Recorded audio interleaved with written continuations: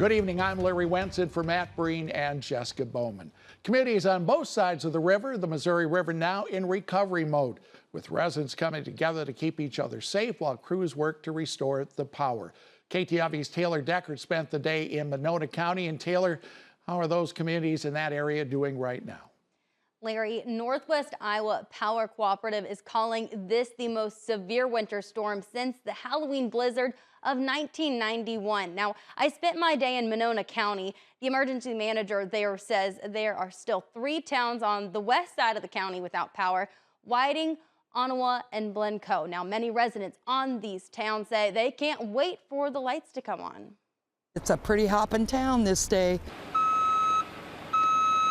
Streets are filled with linemen working to bring power back to several towns in Monona County. The utility linemen, and they said that this looks very similar to a hurricane event. In Blencoe, rows of power lines line the streets with snap transmission poles. Roads are closed connecting towns due to low-hanging, snow-covered power lines. Just a big convoy of them all just coming through town here, working to try to get main power back to town. Some power lines disappear entirely into snowdrifts in front yards. It looks like every pole pretty much that's on the east-west lines is basically snapped off at the ground. We've got 42 poles broken off between the town and the substation.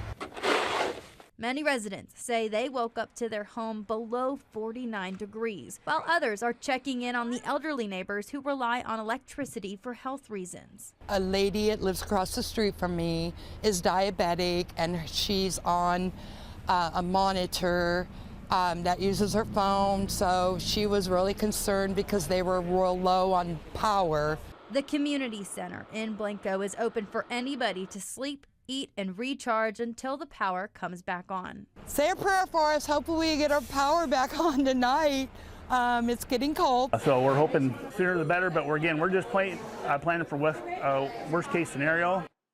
You heard it. Prepare for the worst case scenario of that power may not turning on anytime soon. The Ottawa Community Center now open until further notice with water and that power you might be looking for. The emergency manager adds if people do leave their homes and are worried about any vulnerability, the Monona County Sheriff's Office is doing extra patrols in town looking for out-of-county plates. Larry.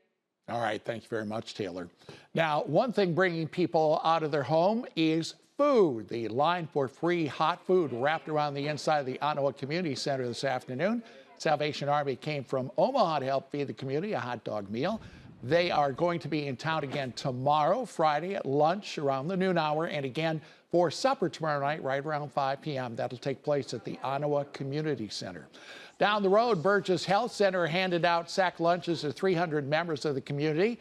It was a drive-up style in front of the hospital with free bags of sandwiches, chips, and other snacks put together by the hospital staff. Sunshine Foods donated the meat, cheese, and bread. Now, Sunshine isn't open because it doesn't have power, but it still wants to offer a helping hand. These outages have some people getting creative to keep the lights on and stay warm. One Blencoe resident powering his generator with a tractor. Trevor Roughcorn lost power about 8:30 yesterday morning. The tractor engine does about 2,000 rotations a minute with the gearbox connected to the generator. There's also a ground rod for safety. He says it all takes about a gallon of fuel. Very, very fortunate. I've got a fuel truck on the way here to fuel my fuel trailer up so I can keep that full, and as well as doing what I can do to keep our warming station running at the community center. I'll try to keep diesel fuel in that. Other community members say that they have been going to one home that has a generator powering that home. Now, Monona County Emergency Management says the city water is not impacted by the outage. The city of Whiting, not so lucky. That community is under a boil advisory tonight, which will be in effect until further notice.